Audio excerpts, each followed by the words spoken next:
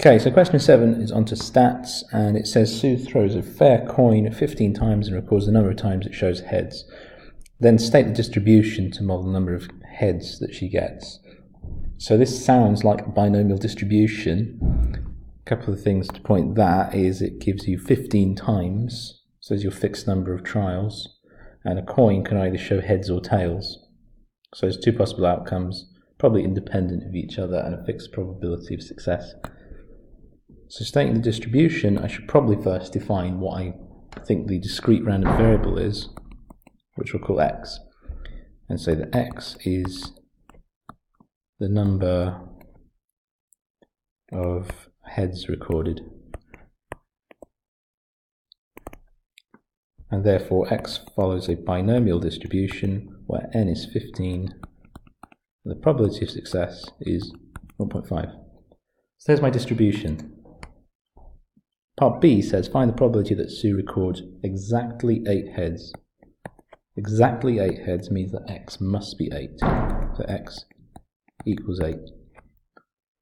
So in order to calculate this, pull out your calculator and you're going to look at distribution, and for this one we want binomial PD, and you're going to be putting in x is 8, n is 15 and p is 0.5. If you put that in your calculator, it will give you 0.1964. So that's the probability of that. For part C, it says the probability that she gets at least 4 heads. Now at least 4 means 4 or more, so x is greater than or equal to 4. In order to find x is greater than or equal to 4, the calculator can only deal with less than or equal to probabilities, so we need to do 1 minus less than or equal to 3. So on your calculator, go back to distribution, and this time choose binomial CD. This time you're going to put in x is 3, and n is still 15, p is still 0.5. Putting that into your calculator gives you 0.0176. So we get 0.9824. So that's your answer for part C. Part D, it's asked you to do a hypothesis test this time. So it says Sue has a different coin which she believes is biased in favour of heads. She throws the coin 15 times again and gets 13 heads. Test at the 1% level. So for the test, we need to write down a few things. First job is to state the distribution again. Then we have to write down some hypotheses.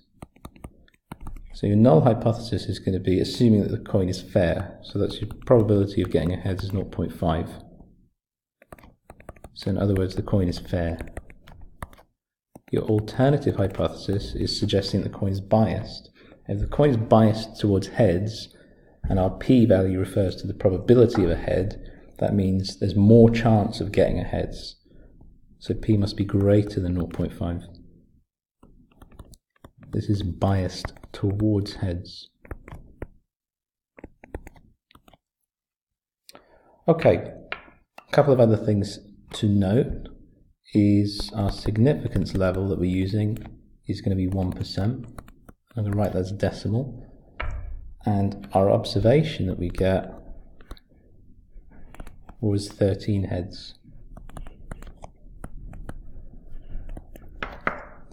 So I'm going to calculate the probability of getting 13 heads, or a more extreme case, what if I got more than 13 heads? That means it's even more likely that the coin is biased towards heads.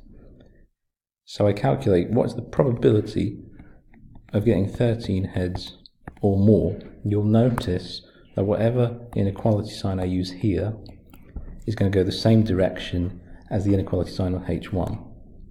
If it was pointing the other way, I'd be looking at less than or equal to. And like we did in the previous question, when we looked at least or greater than or equal to, in order to find this, I need to do 1 minus the probability that x is less than or equal to 12. I can get that from the calculator like we did in the previous question, and that's actually going to be 0.9963.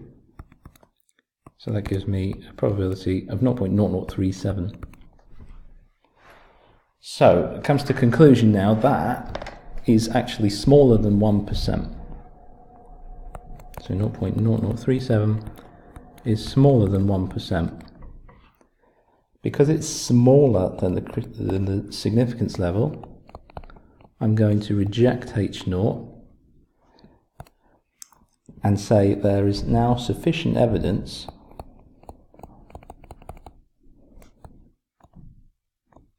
to suggest that the coin is biased towards heads.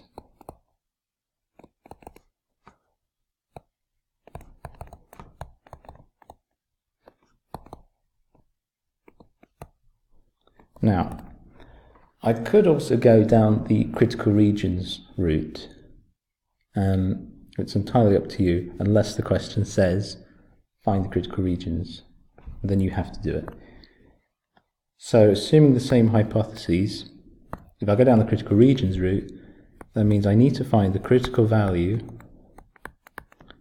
where x is greater than or equal to this value gives me something smaller than the significance level, which is 1%. I could run down the tables and see which value works. I can do a bit of trial and error. It's up to you how you do this. If I test out, say, the value of 12, if I work that out, it's about 1.76%. That's bigger than the significance level. That's too big, so I can't use that.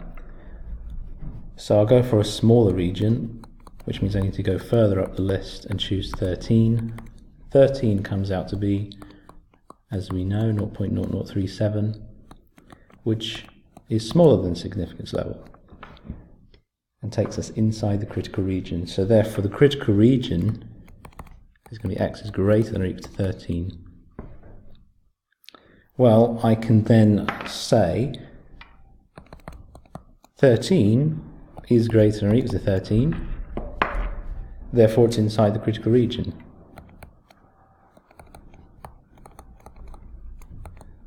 And if it's inside the critical region, I can reject H0 and have the same conclusion that I did over here. Okay, so that's part D.